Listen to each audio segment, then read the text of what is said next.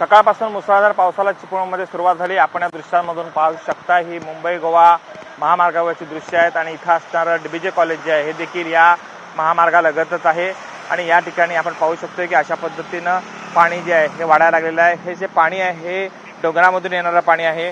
गटारांचं योग्य नियोजन नसल्यामुळे या भागामध्ये पाणी साचतं आणि नंतर वाहतुकीवरती परिणाम होतो।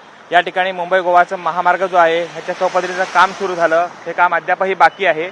यामुळे या ठिकाणी गटारं जी आहेत ह्या गटारांची उभारणी ही केली गेलेली नाही आहे। यामुळे या ठिकाणी पाणी भरायला लागलं की वाहतुकीला अडचण निर्माण होते, कारण हा प्रमुख राज्यमार्ग आहे मुंबई गोवा आणि दुसरा कोणता पर्याय या ठिकाणी उपलब्ध नाही आहे। यामुळं या ठिकाणी आपण पाहू शकतोय की कशा पद्धतीनं इथं जे चालक आहेत हे रिस्क घेऊन या संपूर्ण पाण्यामधून जात आहेत। इथं असणारी डीबीजे कॉलेजचे विद्यार्थी आपण पाहू शकतोय की हे विद्यार्थ्यांना देखील याच पाण्यामधून जावं लागतं, अशी परिस्थिती निर्माण झालेली आहे। अजूनही असाच पाऊस जर चालू राहिला तर मात्र या ठिकाणी पाणी अजूनही वाढू शकतं आणि समस्या आणखी वाढू शकते।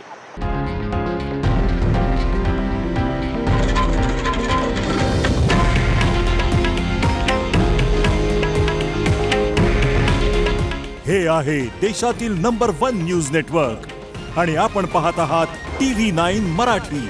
काळजी तुमची, हित महाराष्ट्राचं।